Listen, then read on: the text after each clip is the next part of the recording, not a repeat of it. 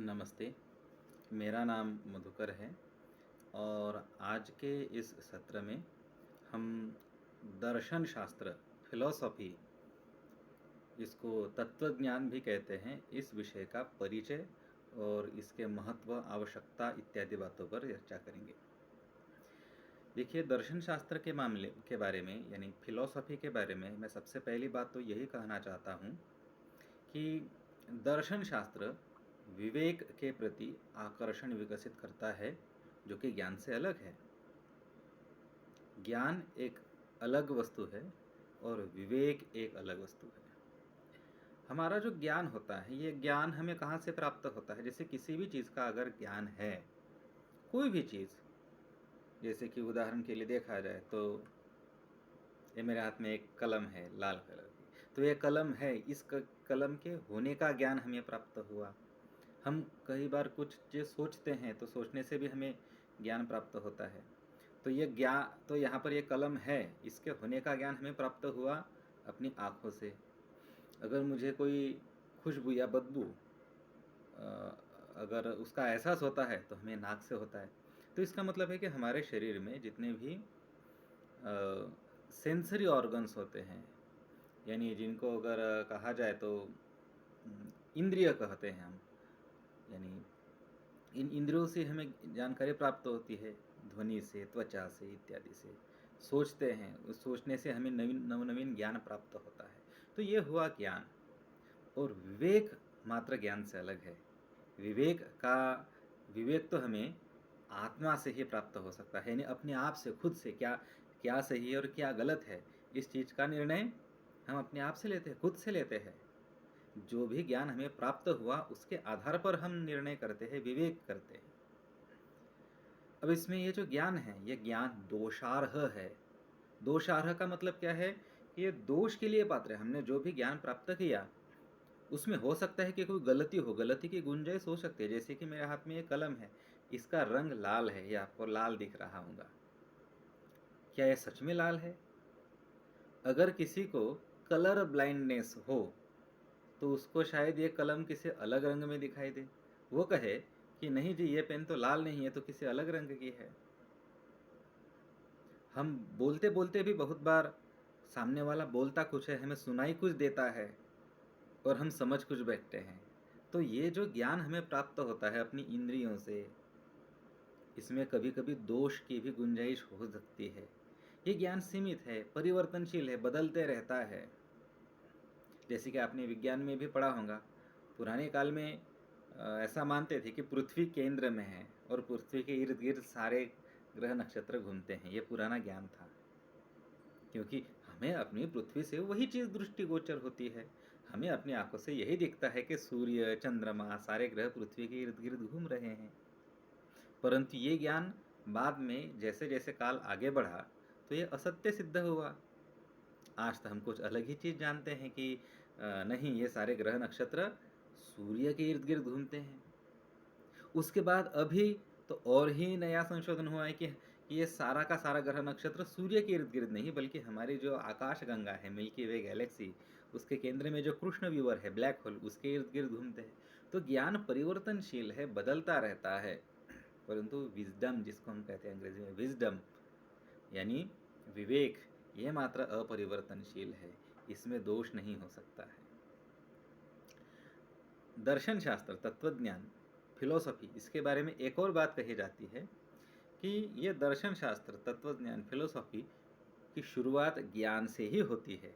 लेकिन जब हम इस ज्ञान को पढ़ते जाते हैं तो पढ़ते पढ़ते विकसित होते होते हुए ये हमें विवेक की तरफ लेकर जाती है। क्या सही क्या गलत, ये समझने की क्षमता हमारे पास आ जाती है।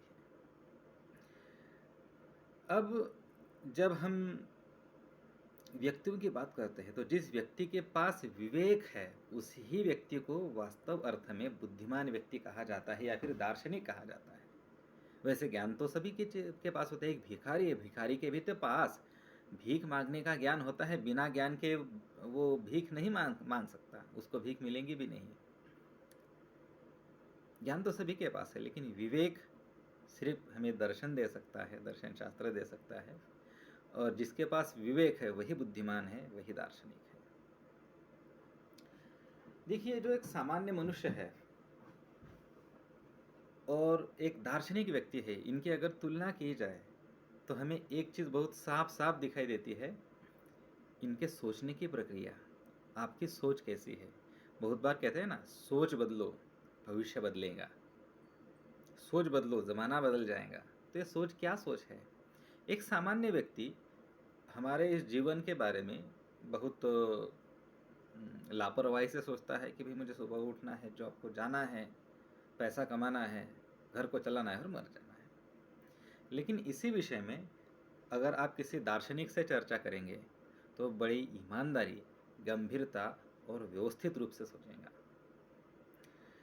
कोई अगर दार्शनिक व्यक्ति है, तो इस जीवन में जितने भी सिद्धांत बने हुए हैं, उन पर वो अचानक से विश्वास नहीं करेगा। जैसे कि किसी ने कह दिया कि नहीं भई देखिए, ये हनुमान जी है, ये राम जी है, ये भगवान हैं, जाओ इनके दर्शन करो। तो एक सामान्य व्यक्ति जाएगा, सीधे-सीधे दर्शन करेगा और चला आएगा। परंतु कोई भी दार्शनिक व्यक्ति ऐसा नहीं करेंगे। दार्शनिक व्यक्ति सोचेंगे, विचार करेंगे, जो प्रचलित धारणाएँ हैं, तरीके हैं, मानदंड है, इनके हमेशा वो जाँच-पड़ताल में लगा रहेगा, उनकी समीक्षा करता रहेगा। ईश्वर है? कौन ईश्वर है? क्यों है? क्या ईश्वर का होना ज़रूरी है? अब देखिए, हम सभी को पता है कि हमारा जो जीवन है, वो तो रहस्यों से भरा हुआ है। इस जीवन में बहुत सारे दुःख है, दर्द है, पीड़ा है, यातना है, बहुत कुछ है।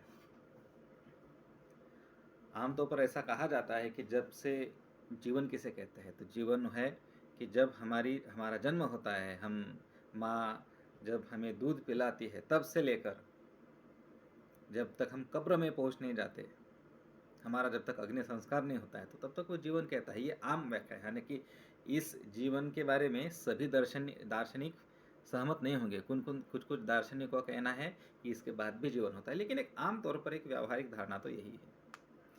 तो जैसे कि एक बच्चा पैदा होता है, बड़ा होता है, शादी करता है, उसके बच्चे होते हैं, घर-परिवार सब कुछ हो जाता है और मर जाता है। लेकिन एक संशय है, क्या जीवन इतना ही है? क्या खत्म हो गया जीवन?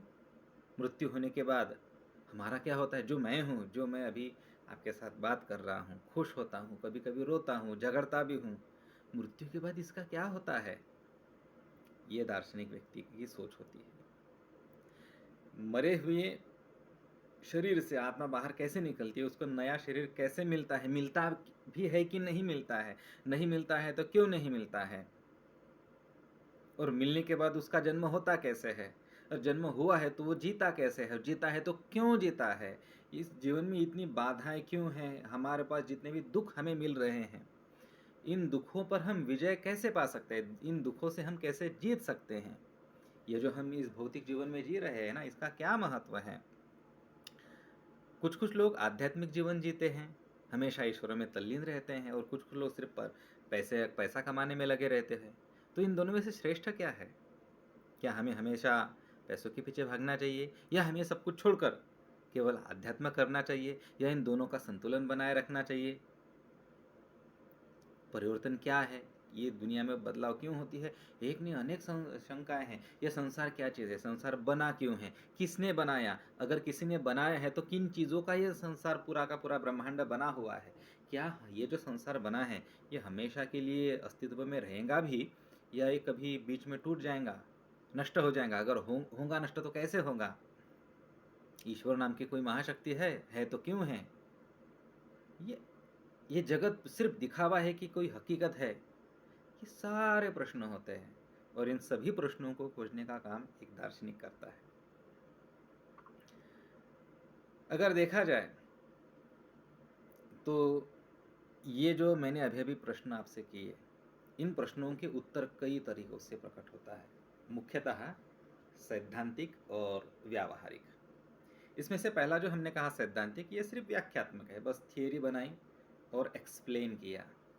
और दूसरा है व्यावहारिक, इसमें सिद्धांत भी होते हैं, लेकिन उसके साथ-साथ जीवन कैसे जिया जाए, इस तरह का व्यवहार, दोनों भी चीज़ें होती है।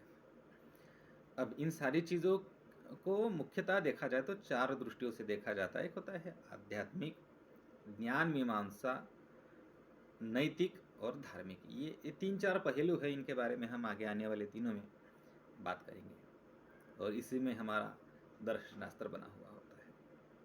बहुत सारे लोगों की यह भी धारणा होती है, philosophy useless subject, we do not need philosophy, हमें फिलोसॉफी की कोई ज़रूरत नहीं है। लेकिन उस महामूर्ख व्यक्ति को यह पता नहीं कि आपने जो कहा we do not need philosophy, हमें फिलोसॉफी की ज़रूरत नहीं है, ये भी तो एक फिलोसॉफिकल स्टेटमेंट है, ये भी तो एक दार्शनिक ही विधान है। वह आपको फिलोसॉफी नहीं चाहिए, ठीक है, क्यों नहीं चाहिए, तो आप उत्तर दीजिए, और जो उत्तर दिया जाएगा वो भी फिलोसॉफिकल ही होगा, वो भी दार्शनिक ही, वो भी एक दार्शनिक ही वाक्य होगा। तो आप अगर कह रहे हैं कि फ़िलोसॉफ़ी हमें पढ़नी नहीं है, नहीं चाहिए, हमें नहीं पढ़ना है फ़िलोसॉफ़ी, तो क्यों नहीं पढ़ना? इस सवाल का जवाब भी एक फ़िलोसॉफ़ी ही होगी। ऐसा कहा जाता है, philosophy is mother of all sciences. जितने भी विज्ञान की हम शाखाएँ देखते हैं, वे सभी शाखाएँ फ़िलोसॉफ़ी से ही निकली हुई है, दर्शन शास्त्र से ही निकली हुई है। जहाँ तक कि जैसे कि हमारा जो फिज़िक्स है, फिज़िक्स की बहुत सारी जितनी भी धारणाएँ हैं, इनकी शुरुआत दर्शन शास्त्र से ही हुई है। पहले दार्शनिकों ने ही एक स्ट्रक्चर दिया, एक दिशा दिखाई, तब जाकर वैज्ञानिक आगे बढ़ पाए उस दिशा में। दूसरी बात, हमारा जो पॉलिटिकल साइंस है, राज्यशास्त्र, इसकी शुरुआत दर्शन शास्त्र से हुई है। अर्थशास्त्र, इकोनॉमिक्स, बहुत सारे लोगों को यकीन नहीं होता, मेरे कुछ मित्र हैं जो कि इकोनॉमिक्स यानी अर्थशास्त्र में एमए हैं, पोस्ट ग्रेजुएशन है, नेट सेट की तैयारी कर रहे हैं।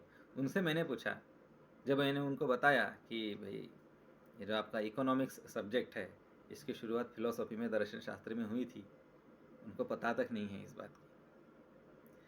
फिलोसॉफी से ही बहुत सारे दर्शन विषय निकले हुए।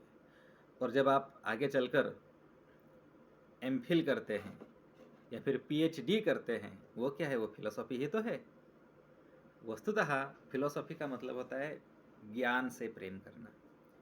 फिलोसॉफी क्या है, तो ये ज्ञान का शास्त्र है। फिलोसॉफी क्या है, तो हमारे अस्तित्व का शास्त्र है। तो मुझे उम्मीद है कि इस वीडियो के माध्यम से आपको दर्शन शास्त्र, फिलोसॉफी के बारे में कुछ रुचि उत्पन्न हुई होंगी। आगे आने वाले दिनों में मैं कोशिश करूँगा कि आपकी इस रुचि को इसी तरह से और इसको बढ़ावा देते हुए हम साथ में मिलकर दर्शन शास्त्र का अध्ययन करेंगे। धन्यवाद।